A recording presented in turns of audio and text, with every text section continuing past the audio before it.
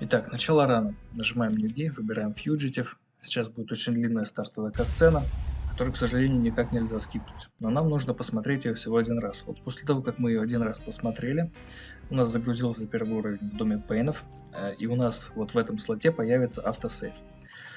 Открываем папку «Документы», Max Payne Save Games. Если у вас по какой-то причине этой папки нет, значит, скорее всего, вы в настройках Widescreen Fix выбрали опцию, что у вас сейвы сохраняются в папку с игрой.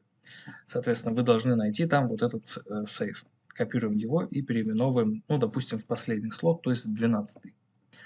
Важно не переименовать его в первый либо во второй слот, потому что эти слоты предназначены для квиксейвов. Итак, открываем игру и видим, что у нас вот в этом слоте появился наш сейф, с которого мы можем начинать каждый раз спидран, и нам не придется смотреть вот эту длинную вступительную катсцену.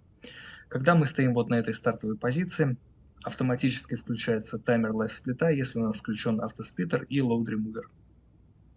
Первое, что нам нужно будет сделать, мы должны пройти вперед и сделать кувырок вправо вот в этом дверном проеме. Это можно сделать либо на кнопку прыжка, либо на кнопку шот-доджа, без разницы. Переключаемся на 30 FPS и бежим вот сюда, на диагональном стрейфе. Будет чуть быстрее, если мы напрыгнем на перила и с них прыгнем уже на лестницу. Для того, чтобы чуть быстрее нам активировать следующую касцену, перепрыгиваем вот эти перила или просто прыгаем на перила, неважно, прям полностью их перепрыгивать. Сейчас нам покажет дверь, вот сейчас я зажимаю кнопку вправо, переключаюсь на 100 FPS, и вот смотрите, впереди меня стоит на комоде лампа, я свой прицел выравниваю чуть выше этой лампы, для того, чтобы в следующей касцене, вот здесь после нее сразу же начать стрелять, то есть зажимаю кнопку вперед и стрельбу и убиваю противников.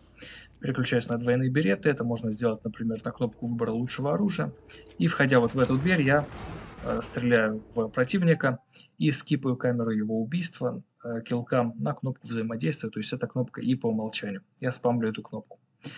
После того, как мы убили противника, активируется таймер, и по прошествии этого таймера Макс начнет говорить фразу «Oh no, please God no». Вот до того, как он начал говорить фразу, мы из спальни не выходим. Как только он начал говорить фразу, мы вбегаем из спальни и бежим обратно в детскую.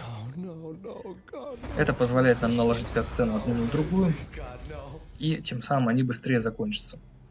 Но здесь важно тоже не переборщить и не выбежать из спальни как бы префайром. То есть нельзя слишком сильно поторопиться, иначе вы вроде как катсцены наложите, но они друг друга не ускорят. Но вы сразу это заметите, что у вас катсцена очень долго идет. Но это происходит довольно редко, если вы прям сильно поторопились.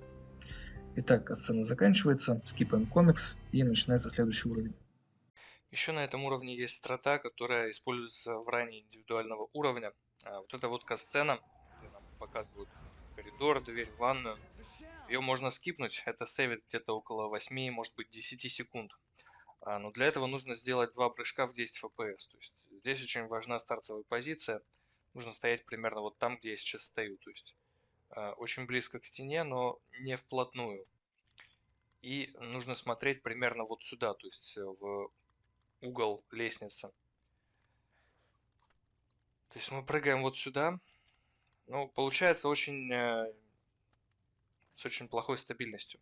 Поэтому я это в фуллранах не рекомендую делать. То есть вот примерно так это должно выглядеть.